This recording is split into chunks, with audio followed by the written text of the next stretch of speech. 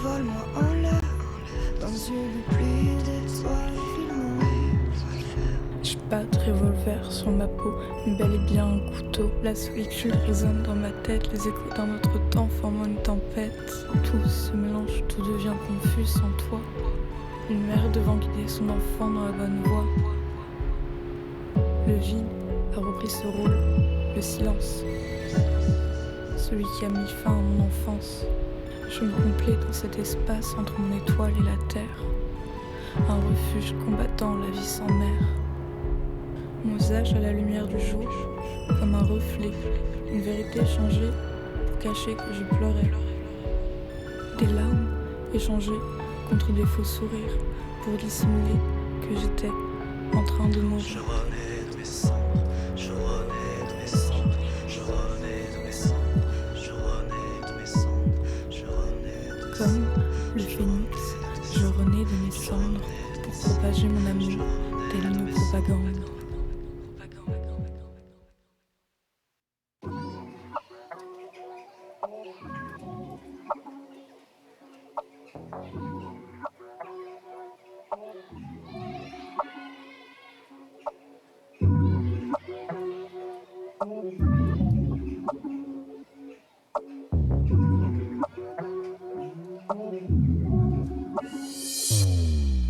À droite, à gauche, le monde en porte-à-faux. Je te dicte pas de rêve, je t'indique juste qu'il t'en faut. Oh mère nature est belle, mais numérique appelle. Plus ça fume, la clope arrête. Plus demain la mer sera au ciel, mais mon Dieu qu'elle est saine. Je ne peux m'en passer, c'est torrent montant là, c'est en phase, en festaille. On fera l'amour en 4K, mais maintenant qu'est-ce que t'as, mais maintenant qu'est-ce que t'as. Sans le Saint-Gilles ça glisse, ça roule le pédo. Ça mal pas mal, ça te volatise, attise la mélo. La lune me fait sa bise. Regardez chez eux quoi. Ouais, mais Bah nous, oui. on va trop Non, c'est un peu on va compliqué. trouver un moyen de tous vous mettre d'accord. Donc bonjour à tous. Avant d'écouter les différentes idées des personnes ici présentes qui sont visiblement très agitées, permettez-moi de vous expliquer notre projet. Alors tout d'abord, je me présente, je m'appelle Laure Calmes, je fais partie du projet Super 8 avec Lisa Ornetti, Auréa Baillet, Hugo Clavry et Léane Fleuret. Nous sommes un groupe de 5 étudiants en 3e année de licence Information et Communication sur l'île du Saulcy à Metz. Notre objectif avec ce projet est d'informer les plus jeunes sur la journée de la femme et les enjeux liés à celle-ci. Notre but est donc de toucher principalement les collégiens car pour nous, ce sont les moins informés sur ce sujet.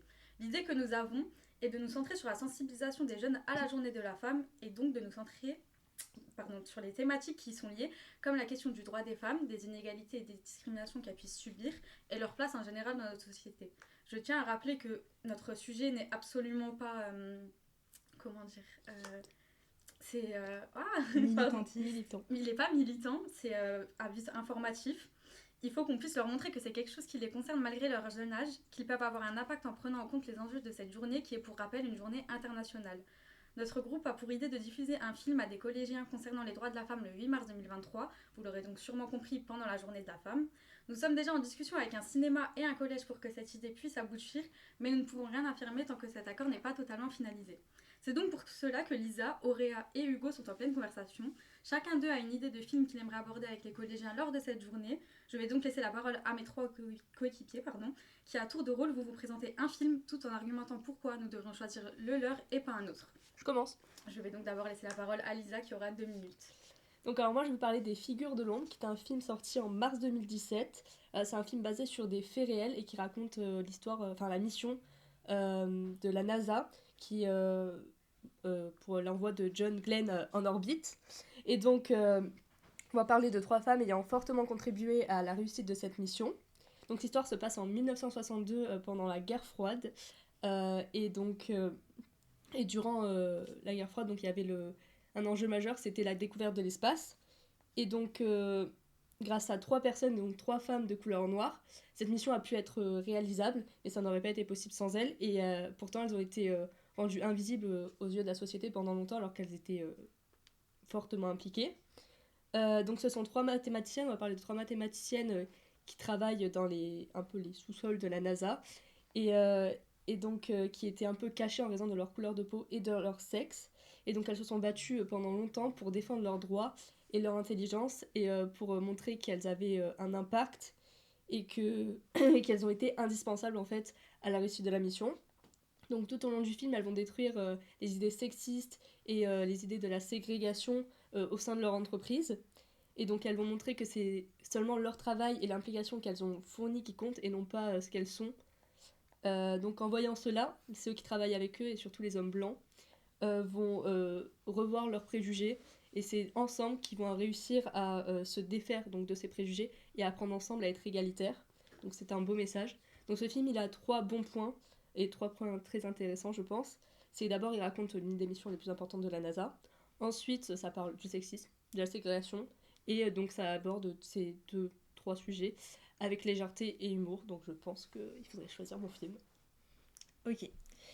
Alors, moi, je pense que le film qu'il faut voir pour aborder le sujet de la journée de la femme, c'est bel et bien Rebelle.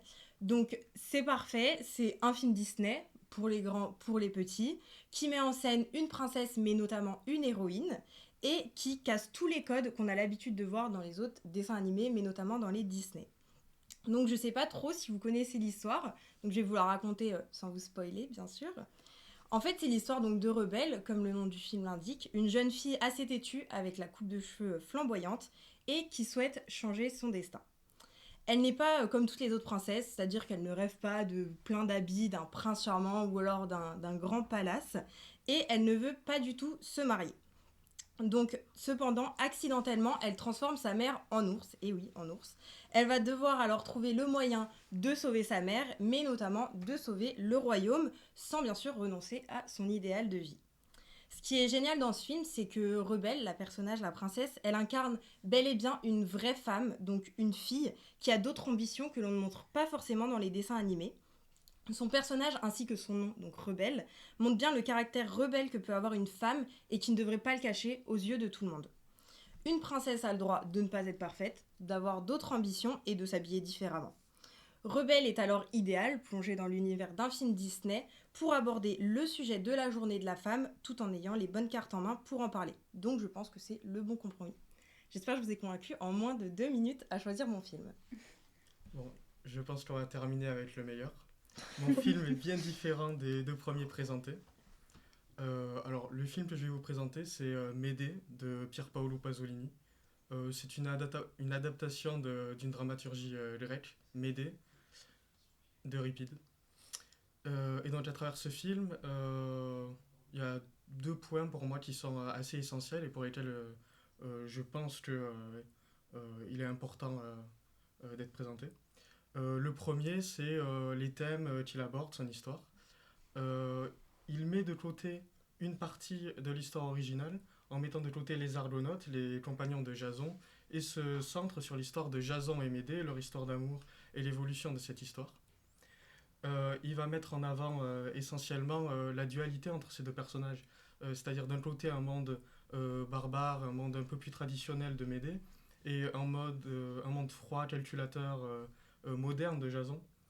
C'est en même temps une certaine opposition entre un homme et une femme, et on peut y voir certaines thématiques abordées à cette époque, étant donné que le film est sorti en 1969. C'est aussi l'occasion pour les plus jeunes, voire pour le plus grand nombre, de découvrir ou redécouvrir Maria Callas, qui est l'actrice qui incarne Médée. Maria Callas est à l'origine une cantatrice, très célèbre dans les années 50 et 60, et qui a révolutionné son art, mais qui est aussi connue pour avoir un fort caractère, qui lui a valu beaucoup de critiques, un fort caractère parce qu'elle a su dire non à une époque où la femme pouvait avoir du mal à s'imposer. Et donc pour toutes ces raisons, je pense qu'il est important, voire même intéressant pour un public un peu plus jeune d'avoir une réflexion sur le film et sur la femme qui était Maria Callas, de la découvrir. Merci à vous 3 de nous avoir présenté votre film.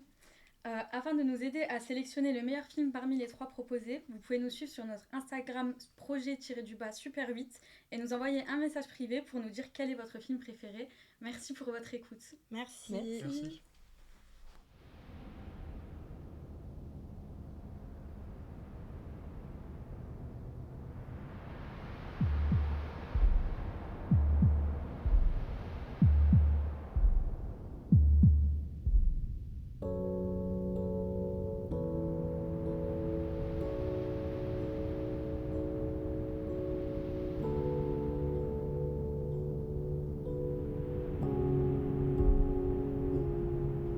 J'ai pas de revolver qui repose sous l'oreiller, pas l'attitude d'un gangster, pas de diamant sous les molaires. Je traîne seul, j'ai pas de crew, pas de chaîne qui pende à mon cou.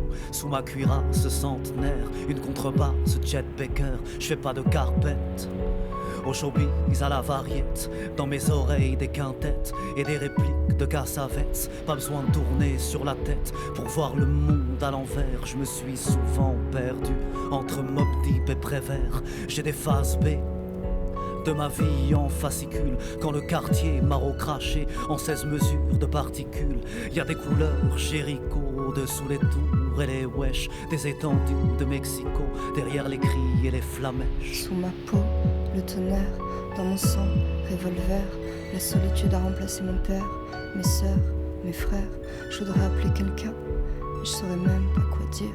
La seule chose qui me vient en tête, c'est que j'ai juste envie de mourir. Si tu crois plus en rien, c'est parce qu'un jour t'as osé croire en tout. Tu te sens pas bien, envie de vomir chaque contre-coup. Moi je fais défiler les jours et les nuits je plane dans mes soupirs. Mon esprit me joue des tours, alors je préfère prendre des détours. Esclave du miroir noir enclavé par nos propres cerveaux. Reflet de nos espoirs, revêt encore une fois le fardeau. Je suis faite pour regarder les nuages s'étirer, les étoiles se créer, les comètes s'échouer et toutes les poussières s'allier, car elles savent que la promesse est souvent plus belle que la victoire, que l'échec tient parfois dans la réussite des cinq contradictoires. Être enfermé au paradis se transforme toujours en enfer. Jamais vraiment ici, je ne suis qu'un courant d'air. Ton revolver sur ma tempe, envole-moi en l'air dans une pluie d'étoiles filmées. J'ai pas de revolver sur ma peau, mais bel et bien un couteau. La solitude résonne dans ma tête, les échos d'un autre temps formant une tempête. Tout se mélange, tout devient confus sans toi. Une mère devant guider son enfant dans la bonne voie. Le vide a repris ce rôle, le silence. Celui qui a mis fin à mon enfance. Je me complais dans cet espace entre mon étoile et la terre. Un refuge combattant la vie sans mère. Mon visage à la lumière du jour, comme un reflet, une vérité changée pour cacher que je pleurais.